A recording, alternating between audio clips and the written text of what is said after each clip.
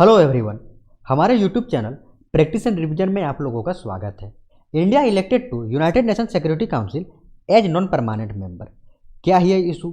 United nation क्या होता है, इसके हिस्टोरिकल बैकग्राउंड, ऑर्गेनाइजेशनल स्ट्रक्चर और साथ ही साथ यूनाइटेड नेशन में इंडिया के क्या क्या प्रायोरिटीज़ हैं, इन सभी को हम लोग इस वीडियो लेक्चर में पढ़ने वाले हैं। लेकिन सबसे पहले इस इशू को समझते हैं। भारत को यूनाइटेड नेशन सिक्योरिटी काउंसिल के नॉन परमानेंट सीट के तौर पे टर्म आप देखिए 2021 टू 2022 2021 से 2022 के लिए यूनाइटेड नेशन के मेंबर स्टेट्स के द्वारा इलेक्ट किया गया है। Out of 192 valid votes Bharat को 184 वोट्स मिले हैं और इंडिया के साथ ही साथ केन्या, आयरलैंड, नॉर्वे और मैक्सिको, इन 5 कंट्रीज़ को यूनाइटेड नेशन सिक्योरिटी काउंसिल के नॉन परमानेंट मेंबर के तौर पे चुना गया है। सबसे पहले हम लोग समझते हैं कि ये यूनाइटेड नेशन क्या होता है। यूनाइटेड नेशन एक इंटर गवर्नमेंटल इंटरनेशनल ऑर्गेनाइजेशन है जिसे कि वर्ल्ड वार 2 के बाद इंटरनेशनल पीस को प्रिजर्व करने के लिए और साथ ही साथ ऐसा कोई ग्लोबल वार दूसरा ना हो उसको प्रिवेंट करने के लिए बनाया गया। लेकिन क्या यूनाइटेड नेशन इस तरह का एक पहला ऑर्गेनाइजेशन था? नहीं, इससे पहले भी एक ऑर्गेनाइजेशन को बनाया गया था। वर्ल्ड वार 1 के बाद वर्ल्ड पीस को गारंटी करने के लिए, मेंटेन करने के लिए पेरिस पीस कॉन्फ्रेंस 1919 के द्वारा लीग ऑफ नेशन को बनाया गया। लेकिन ये इतना सक्सेसफुल नहीं होता है। उसके क्या कारण थे? उसके अगर सबसे मेन रीजन्स में आप देखें तो बहुत सारे मेजर कंट्रीज थे जिन्होंने इस लीग को ज्वाइन नहीं किया। जैसे यूएसए ने कभी इस लीग को ज्वाइन नहीं किया, जापान, इटली, सोवियत यूनियन ने इसे लेफ्ट कर गए बाद में। और साथ ही साथ इस लीग की बात करें तो इस लीग में जो भी डिसीजंस लिए जाते थे, इस लीग में लिए जाते थे वो मेंबर स्टेट्स पे बाइंडिंग्स नहीं होते थे। दीज आर नॉन बाइंडिंग्स और ये एज ए रिकमेंडेशन लिया जाता था। और अगर आप मेंबर स्टेट्स कोई भी अगर इसके डिसीजंस को फॉलो नहीं करे, रिकमेंडेशंस को फॉलो नहीं करे, तो उन्हें पनिश करने का कोई मैकेनिज्म नहीं था। ड्यू टू दीज रीजन्स ये आप लीग ऑफ नेशन आप कह सकते हैं कि फेलियर हो गया। और जब द्वितीय विश्व युद्ध छिड़ा तो इस तरह के ऑर्गेनाइजेशन बनाने की बात आई और ये यूनाइटेड नेशन एग्जिस्टेंस में आया। हम लोग समझते हैं कि यूनाइटेड नेशंस के क्या ऑब्जेक्टिव्स हैं। तो अगर आर्टिकल 1 पढ़े आप लोग, यूनाइटेड नेशन चार्टर के आर्टिकल 1 में इसके ऑब्जेक्टिव्स को लिखा गया है। सबसे पहला इसका ऑब्जेक्टिव है कि इंटरनेशनल पीस एंड सिक्योरिटी को मेंटेन करना। सेकेंड, जो भी स्टेट्स हैं उनके बीच फ्रेंडली रिलेशन को स्टेब्लिश करना, इंटरनेशनल डिस्प्यूट्स को पीसफुली रिजॉल्व करना और साथ ही साथ ह्यूमन राइट्स को इंटरनेशनली रिकॉग्नाइज करना और इसको प्रोटेक्ट करना। ये 4 मेन ऑब्जेक्टिव्स हैं। मैं फिर से आपको बता रहा हूँ, एक एक करके आप लोग ध्यान से सुनिए। इंटरनेशनल पीस एंड सिक्योरिटी को मेंटेन करना, जो भी फ्रेंड स्टेट्स हैं उनके बीच फ्रेंडली रिलेशन को एस्टेब्लिश करना, इंटरनेशनल डिस्प्यूट्स को पीसफुली रिजॉल्व करना और साथ ही साथ ह्यूमन राइट्स है उसको इंटरनेशनली रिकॉग्नाइज करना और उसको प्रोटेक्ट करना। ये 4 मेन इशू है। और जो भी कंट्री इन 4 इशू को, इन 4 उद्देश्य को, ऑब्जेक्टिव्स को परस्यू करना चाहे वे आर्टिकल 4 के तहत, आर्टिकल 4 में इसके मेंबरशिप से रिलेटेड प्रोविजंस दिए हुए, any country willing to pursue these objectives can be a member of United Nation. आप इस चीज़ को समझ गए। अब हम लोग यहाँ समझते हैं historical development of United Nation Organisation. United Nation Organisation के हिस्टोरिकल डेवलपमेंट किस तरह से होता है। मैंने आपको बताया कि यूनाइटेड नेशन ऑर्गेनाइजेशन ये खुद में पहला कोई ऐसा ऑर्गेनाइजेशन नहीं था जिसे कि इंटरनेशनल पीस को मेंटेन करने के लिए बनाया गया था। उससे पहले लीग ऑफ नेशंस को बनाया गया था। सेकेंड आप आते Atlantic conference. US president Roosevelt और ब्रिटिश पीएम विंस्टन चर्चिल के द्वारा अटलांटिक कॉन्फ्रेंस 1941 में अटेंड किया जाता है और इस चार्टर में प्रोक्लेम किया जाता है कि दोनों स्टेट्स, दोनों कंट्री मिलकर इंटरनेशनल पीस और सिक्योरिटी को मेंटेन करें और इस तरह का कोई एक न्यू सिस्टम्स को एस्टेब्लिश करें। थर्ड है डिक्लेरेशन ऑफ यूनाइटेड नेशंस। 1942 में दोनों एलाइड कंट्री एक सामने आते हैं और इस अटलांटिक चार्टर को, प्रिंसिपल्स ऑफ अटलांटिक चार्टर्स को वे साइंस करते हैं, उसको एक्सेप्ट करते हैं। इसी को डिक्लेरेशन ऑफ यूनाइटेड नेशंस कहा जाता है और यहीं पे यूनाइटेड स्टेट्स के प्रेसिडेंट रूजवेल्ट के द्वारा यूनाइटेड नेशन टर्म को कॉइंड किया जाता है। फोर्थ है डम्बर्टन ऑक्स कॉन्फ्रेंस।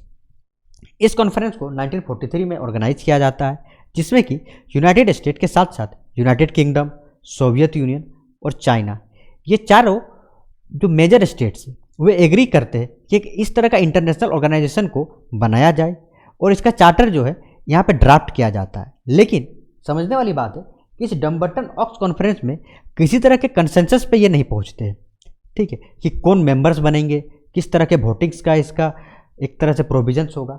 और याल्टा कॉन्फ्रेंस में ये सभी कंट्रीज आके कंसेंसस में पहुँचते हैं। और सैन फ्रांसिस्को कॉन्फ्रेंस 1945 ये एक बहुत ही इंपॉर्टेंट कॉन्फ्रेंस इस यूनाइटेड नेशन ऑर्गेनाइजेशन के लिए है, क्योंकि इसी कॉन्फ्रेंस के द्वारा 24 अक्टूबर 1945 को यूनाइटेड नेशन ऑर्गेनाइजेशन एग्जिस्टेंस में आता है और 51 मेंबर स्टेट्स के द्वारा इसको साइन किया जाता है, जिसमें से भारत एक था। और साथ ही साथ इसमें समझिए 50 मेंबर्स प्रेजेंट रहते हैं इस सैन फ्रांसिस्को कॉन्फ्रेंस में।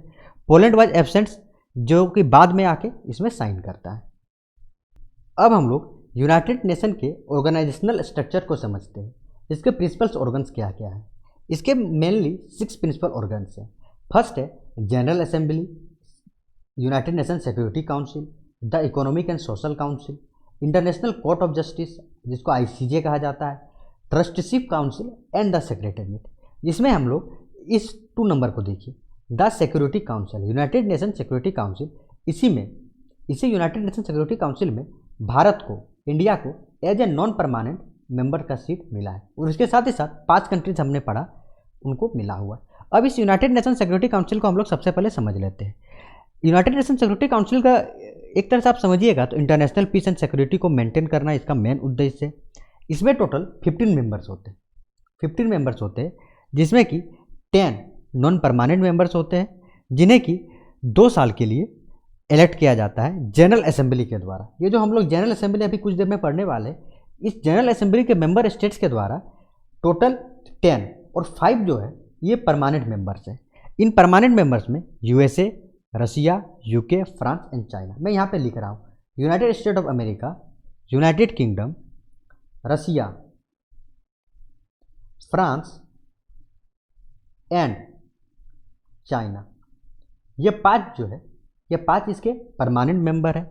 और इसके अलावा 10 नॉन परमानेंट मेंबर्स, जिन्हें कि 2 साल के लिए जनरल असेंबली के द्वारा इलेक्ट किया जाता है। और इसमें से हम लोगों ने अभी पढ़ा कि टोटल 5 को कि इसमें से अभी इलेक्ट किया गया है। अब आप समझिए कि इसके डिसीजंस किस तरह से होते हैं। यूनाइटेड नेशन सिक्योरिटी काउंसिल के जो भी डिसीजंस लिए जाते हैं वे जितने भी इसके मेंबर स्टेट्स हैं उसके द्वारा बाइंडिंग्स होते हैं। और इसमें जो भी डिसीजंस लिए जाएंगे आउट ऑफ 15 मेंबर 9 मेंबर्स का मेजोरिटी होना इसमें से आवश्यक है। और सबसे इंपॉर्टेंट चीज़ है कि 9 मेंबर्स का आप एक तरह समझिए कि आउट ऑफ 15 9 मेंबर्स तो इंपॉर्टेंट है। और इसके साथ ही साथ जो परमानेंट मेंबर्स है उनके पास वीटो पावर है। वीटो पावर क्या होता है, मीन्स यदि कोई परमानेंट मेंबर उसके डिसीजन से डिसएग्री हो और वो अगर उसमें वीटो लगा दे तो वो रिजोल्यूशन पास नहीं होगा। आप समझ रहे हैं ना कि अगर इन 5 में से USA, UK, Russia, France and China इनमें से भी किसी भी मेंबर के द्वारा अगर उस रिजोल्यूशन को डिसएग्री कर दिया जाए तो वो रिजोल्यूशन पास नहीं होगा। लेकिन आप समझिए कि यदि वो मेंबर परमानेंट मेंबर एब्सेंट हो जाए तो उनका वीटो नहीं चलेगा। मीन्स ऐसा नहीं है कि USA या कल के दिन चाइना है वो एब्सेंट हो जाए और बोले कि मैं एब्सेंट था, इसका मतलब है कि ये मेंबर ये रेजोल्यूशन पास नहीं होगा। ऐसे नहीं, उनको प्रेजेंट होना पड़ेगा और प्रेजेंट रह के उनको वीटो लगाना पड़ेगा। तो हम लोगों ने यूनाइटेड नेशन सिक्योरिटी काउंसिल को समझ लिया है, जिसमें हमने क्या समझा, हमने प्रमुखली समझे कि इसके टोटल 15 मेंबर्स होते हैं, जिसमें से 5 परमानेंट मेंबर है, 10 नॉन परमानेंट मेंबर है। और इसके जो भी डिसीजंस होते हैं वो मेजोरिटी के द्वारा लिया जाता है। 9 मेंबर्स का मेजोरिटी होना जरूरी है। और ये जितने भी परमानेंट मेंबर्स हैं उनके पास वीटो पावर होता है। और इस यूनाइटेड नेशन सिक्योरिटी काउंसिल्स को इंटरनेशनल पीस एंड सिक्योरिटी को मेंटेन करने के लिए बनाया गया है। अब हम लोग जनरल असेंबली को समझने वाले हैं। देखिए, ये जो जनरल असेंबली है, यूनाइटेड नेशन के जितने भी मेंबर्स हैं सभी जनरल असेंबली के मेंबर्स होते हैं। ईच मेंबर्स, सभी मेंबर्स के पास 1 वोट होते हैं और सभी वोट, जितने भी वोट्स हैं वो इक्वल होते हैं। यूनाइटेड नेशन सिक्योरिटी काउंसिल ऐसा नहीं है कि इनके पास वीटो पावर है, सभी के पास 1 वोट है एंड इक्वल वोट है। और जो भी डिसीजंस लिए जाते हैं की इशू में वो 2/3 मेजोरिटी के द्वारा लिए जाते हैं। 2/3 मेजोरिटी मीन्स किन किन इशू पे लिए जाएंगे आप समझिए। अगर कोई matter international peace and security का हो, अगर न्यू मेंबर्स के एडमिशन्स का बात हो, और साथ ही साथ यूनाइटेड नेशंस के बजट की बात हो, तो इन मुद्दों पे 2/3 मेजोरिटी के साथ डिसीजंस लिए जाते हैं। और बाकी जितने भी अदर्स मैटर्स हैं उन सभी में सिंपल मेजोरिटी के साथ डिसीजंस लिए जाएंगे। लेकिन आप समझिए कि जैसा मैंने आपको बताया कि यूनाइटेड नेशन सिक्योरिटी काउंसिल के जो भी डिसीजंस है वो बाइंडिंग्स होते हैं, लेकिन जनरल असेंबली की बात करें तो इनके जितने भी डिसीजंस है वो बाइंडिंग्स नहीं होते हैं। वे क्या होते हैं, एज ए रिकमेंडेशन उनको लिया जाता है। मीन्स एज ए रिकमेंडेशन, जो मैंने आपको बताया था ठीक है पहले कि लीग ऑफ नेशंस का वही चीज़ है इसमें कि इसके डिसीजंस बाइंडिंग नहीं है, इसके जो भी डिसीजंस वो रिकमेंडेशन के तौर पे लिए जाते हैं। लेकिन ओनली वन डिसीजन, एक एक्सेप्शन है कि जनरल असेंबली के 5th कमेटी के द्वारा जो भी डिसीजंस लिया जाएगा वो बाइंडिंग्स हो गए। और ये जनरल असेंबली का 5th कमेटी जो है, मैं जो 5th कमेटी की बात कर रहा हूँ, वे किस तरह के डिसीजंस लेते हैं, ये 5th कमेटी जो भी यूनाइटेड नेशंस के बजट रिलेटेड डिसीजन है वो सभी को लेती है। तो और यही एक ये है 5th कमेटी का डिसीजन जो कि एक तरह से आप समझिएगा तो बाइंडिंग होते हैं। ये हमने दो देख लिया, एक तो जनरल सिक्योरिटी असेंबली देख लिया है एंड सेकंड हमने सिक्योरिटी काउंसिल्स देख लिया है। अब थर्ड हम लोग आते हैं the Economic and Social council. इस इकोनॉमिक एंड सोशल काउंसिल का मेन रिस्पॉन्सिबिलिटी जो भी यूनाइटेड नेशंस के इकोनॉमिक एंड सोशल वर्क्स हैं उनको कोऑर्डिनेट करना होता है। और इसमें टोटल 54 मेंबर्स होते हैं जिन्हें कि यूनाइटेड नेशन जनरल असेंबली के द्वारा 3 ईयर्स के लिए इलेक्ट किया जाता है। इतना आप लोग समझ गए होंगे। फोर्थ हम लोग आते हैं international Court of justice. International Court of justice ये यूनाइटेड नेशंस का मेन जुडिशियल ऑर्गन है। इसमें टोटल 15 जजेस होते हैं। जिसमें कि general assembly and general council के द्वारा इन्हें जॉइंटली सेलेक्ट किया जाता है। और इनका मुख्य काम जो भी इसके मेंबर स्टेट्स हैं उनके जो भी डिस्प्यूट्स हैं उनको रिजॉल्व करना होता है। आप समझ रहे हैं। लेकिन एक सबसे इंपॉर्टेंट चीज़ है कि इसके जो भी डिसीजंस है वो भी मेंबर स्टेट्स पे बाइंडिंग नहीं होते हैं। और यदि कोई स्टेट इसके सिग्नेटरी नहीं है, कोई स्टेट जो कि यूनाइटेड नेशन का सिग्नेटरी नहीं है, तो वे इंटरनेशनल कोर्ट ऑफ जस्टिस में नहीं आ सकते हैं। तो हमने 4 चीज़ को देख लिया। अब 5th एंड 6th ये 2 चीज़ हमारा बाकी रह गया, the trusteeship Council and second one the secretariat. तो सबसे पहले हम लोग जो ये ट्रस्टीशिप काउंसिल को समझते हैं। इस ट्रस्टीशिप काउंसिल का इस्टेब्लिशमेंट एक तरह से 11, मैं बात कर रहा हूँ 11 ट्रस्ट टेरिटरीज को इंटरनेशनल सुपरविजन देने के लिए बनाया गया था, जिनमें से टोटल इस 11 जो मैं बता रहा हूँ ट्रस्ट टेरिटरीज, इनमें से इन 11 ट्रस्ट टेरिटरीज को 7 मेंबर स्टेट्स मिलके इंटरनेशनल सुपरविजन्स देते थे।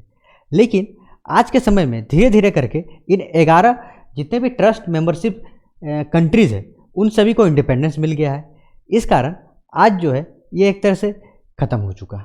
And 5th one the secretariat. ये सेक्रेटेरिएट यूनाइटेड नेशन के एडमिनिस्ट्रेटिव वर्क्स को देखती है। अब हम लोग आगे आते हैं। हम लोगों ने अभी तक जो रिसेंट इशू है इनको समझ लिया है, यूनाइटेड नेशन के बारे में समझ लिया, उसके हिस्टोरिकल बैकग्राउंड को समझ लिया और साथ ही साथ इसके ऑर्गेनाइजेशनल स्ट्रक्चर को भी हम लोगों ने देख लिया। अब हम लोग इंडिया के यूनाइटेड नेशन के क्या क्या प्रायोरिटीज़ है उन सभी को हम लोग देखने वाले हैं। सबसे पहले आप देखिए, the world is one family, India civilisation ethos of वसुधैव कुटुंबकम और वर्ल्ड एज वन फैमिली।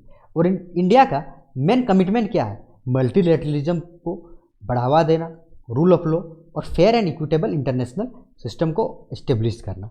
वसुधैव कुटुंबकम, the world is one family, that one is the main purpose.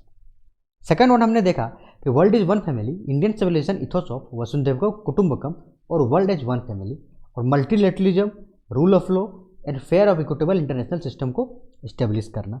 इसके लिए इंडिया ने 5S अप्रोचेज दिया है। एस, ये 5S अप्रोचेज सम्मान, संवाद, सहयोग, शांति एंड समृद्धि। संवाद मीन्स एक दूसरे का रेस्पेक्ट करना और जितने भी मुद्दे हैं, जितने भी एक तरह से डिस्प्यूट्स हैं उनको डायलॉग्स के द्वारा सुलझाना, international cooperation, peace and prosperity maintain करना। ये 5 अप्रोच इंडिया का एक तरह से आप समझ सकते हैं। इसके अलावा इंडिया के norms, new orientation for a reform multilateral system, India candidates for Security Council is a commitment to promote responsible and inclusive solutions to international peace and security. आगे हम लोग आते हैं जो क्या अपॉर्चुनिटीज़ है। इंडिया ने कहा है कि हम लोग इनोवेशंस को एक तरह से डेवलपमेंट के लिए हम लोग काम करेंगे, वोमेन्स एंड यूथ को नया शेप देंगे, उनके इन्वॉल्वमेंट के लिए काम करेंगे एंड साथ ही साथ सस्टेनेबल पीस हमें मेंटेन करना है। इसके आगे आते हैं technology with a human touch, technology के लिए काम करना है। 4th one reform multilateralism a must for post COVID era. And fifth one आप यहाँ देखिए, comprehensive approach to peace and security, dialogues and cooperation, mutual respect and commitment के द्वारा इंटरनेशनल लॉ को हमें ये करना है। ये यूनाइटेड नेशन सिक्योरिटी काउंसिल में इंडिया के प्रायोरिटीज़ हैं। तो thank you, this one is the end of video. उम्मीद है आप लोगों को अच्छा लगा होगा। Keep practising. Thank you.